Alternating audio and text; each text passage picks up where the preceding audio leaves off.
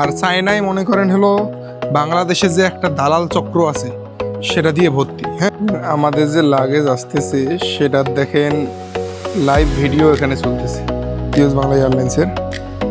So এটাতে করে আমরা আজকে ঢাকা ব্যাক করতেছি। তো আমাদের বোর্ডিং স্টার্ট হয়ে গেছে, এখন আমাদের ফ্লাইটে উঠতে হবে।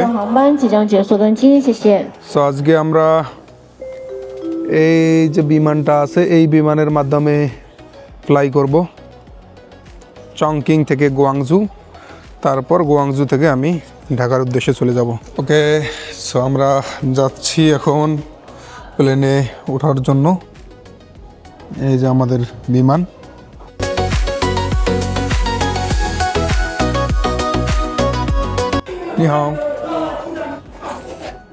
সিকিউরিটি অফিসার সে দেখলো আমি ভিডিও করতেছি কিন্তু কিছু বললো না। নিহাও। ওকে, G17। ওকে, ফাইনালি আমরা পৌঁছায় গেছি চংকিং থেকে গুয়াংজুতে। তো এখানে এখন আমি আছি ডোমেস্টিক টার্মিনালে। তো এটা টার্মিনাল নাম্বার 2, আমাকে যাইতে হবে টার্মিনাল নাম্বার 3-এ।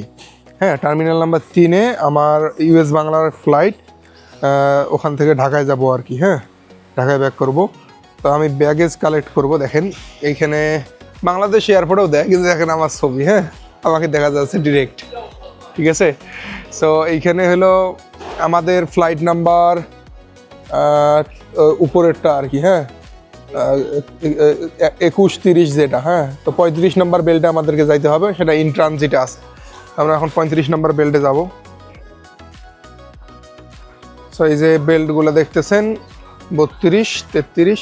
তবে এই এয়ারপোর্টেরটা ভালো লাগছে, বাট আর একটা এয়ারপোর্ট মানে চংকিংয়ে যখন আমি গেছিলাম তখন ওখানে হলো এই ধরনের কোনো ইনফরমেশন আমি পাইনি, না পেয়ে বের হয়ে গেছিলাম। হ্যাঁ, পরে আর কি লাগেজ খুঁজে পাইতে একটু সমস্যা হয়েছিল। সো আমরা 35 নম্বর বেল্টে যাব। এটা 33, 34 এর সামনে 35। এই যে দেখেন 35 নম্বর বেল্টে এখানে বলে দিছে যে বর্ধমানে অন্য একটা ফ্লাইটের আর কি চলতেছে। হ্যাঁ, আর আমাদেরটা এখনো আসেনি। আমাদের যে লাগেজ আসতেছে সেটা দেখেন লাইভ ভিডিও এখানে চলতেছে। সো আমরা আমাদের লাগেজ পেয়ে গেছি। এই এয়ারপোর্টটা অতটা আমার কাছে কমপ্লিকেটেড লাগেনি, এটা খুবই সাধারণ ছিল, কারণ এটা একটা বিজনেস সিটি। এখানে বিভিন্ন মানে দেশের বিভিন্ন প্রান্ত থেকে লোকজন আসে, তার কারণে এটা অত কমপ্লিকেটেড না। বাট চংকিংটা হচ্ছে আপনি ডোমেস্টিক থেকে আসেন বা ইন্টারন্যাশনাল থেকে আসেন, আসার পরে আপনাকে নামার পর মেট্রো নিয়ে তারপরে হলো যাইতে হবে ব্যাগেজ ক্লেম করার জন্য। এটাতে মেট্রো নিতে যেয়ে আমি ব্যাগেজ না নিয়ে চলে গেছি। তো টার্মিনাল 3-তে নামলাম, এখন অপেক্ষা করতেছি চেক ইনের জন্য। এখন পর্যন্ত এখানে চেক ইন স্টার্ট হয়নি। সো এখানে যারা আছে সবাই বাংলাদেশি। হ্যাঁ, আমরা অপেক্ষা করতেছি। এরপর চেক ইন হওয়ার পরে বোর্ডিং পাস নেওয়ার পর তারপরে গেটে গিয়ে অপেক্ষা করব। এখনো ফ্লাইটের অনেক দেরি, সো অপেক্ষা করতে হবে, তাছাড়া কোনো উপায় নেই। আমাদের আসলে স্বভাব চরিত্র কখনো ভালো হবে না। হ্যাঁ, আমি অনেক কয়েকটা দেশ ঘুরছি, সেখানে অবশ্য এই ধরনের সমস্যা ফেস করি নাই।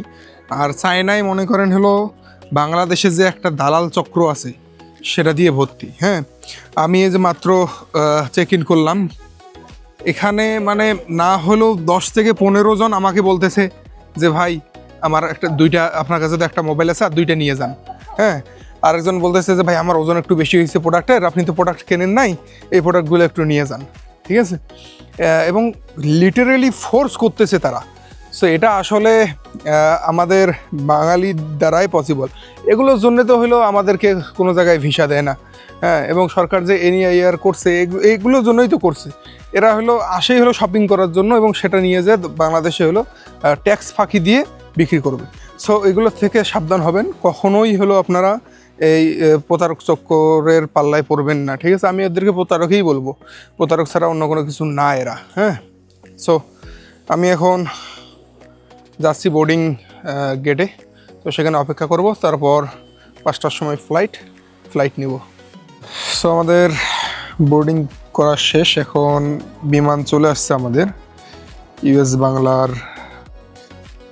এয়ারলাইন্সের। সো এটাতে করে আমরা আজকে ঢাকা ব্যাক করতেছি। এখন বাজে 7:30। আমরা ঢাকা এয়ারপোর্টের উপরে আছি, আর কিছুক্ষণের ভিতরে আমরা ল্যান্ড করব। তো সবাইকে স্বাগতম হযরত শাহজালাল ইন্টারন্যাশনাল এয়ারপোর্টে। আমরা ল্যান্ড করে ফেলছি। এই বিমানে করে আমরা আজকে চলে আসছি। আর এটা হচ্ছে আজকে সকালের বিমানবন্দরের ভিউ। আমরা ইমিগ্রেশন শেষ করলাম এবং কাস্টমসে কোনো সমস্যা হয়নি, কারণ আমরা তো কোনো কিছু নিয়ে আসিনি। চায়নায় যারা এরকম অ্যাপ্রোচ করে এবং যারা প্রতারিত হওয়ার জন্য তাদের ফাঁদে পা দেন, তারা কিন্তু বাংলাদেশ এয়ারপোর্টে এসে ধরা খাবেন। সো কেউ আর কি এগুলোর ফাঁদে পা দিবেন না। আমি সিম্পলি ইমিগ্রেশন এবং কাস্টমসের গ্রিন চ্যানেল দিয়ে বের হয়ে আসলাম, কারণ আমার কাছে কোনো ধরনের ডিক্লারেশন করার মতো কোনো কিছু ছিল না। অজমো আর যেটা পকেট 3 আমার কাছে আছে এবং যেটা ড্রোন আছে, এটা তো আমি বাংলাদেশ থেকেই কিনছি। সো সিম্পলি বের হয়ে আসছি। বের হয়ে এসে এখন আমি ডোমেস্টিক টার্মিনালে আছি। এখান থেকে আমার সৈয়দপুরের ফ্লাইট এবং সৈয়দপুর থেকে আমি আমার বাসা চলে যাব। সো এই ছিল চায়না থেকে ফেরার ব্লগ। তো দেখা হবে ইনশাল্লাহ নেক্সট কোনো আর একটা ব্লগে। সে পর্যন্ত সবাই ভালো থাকবেন, সুস্থ থাকবেন। খোদা হাফেজ।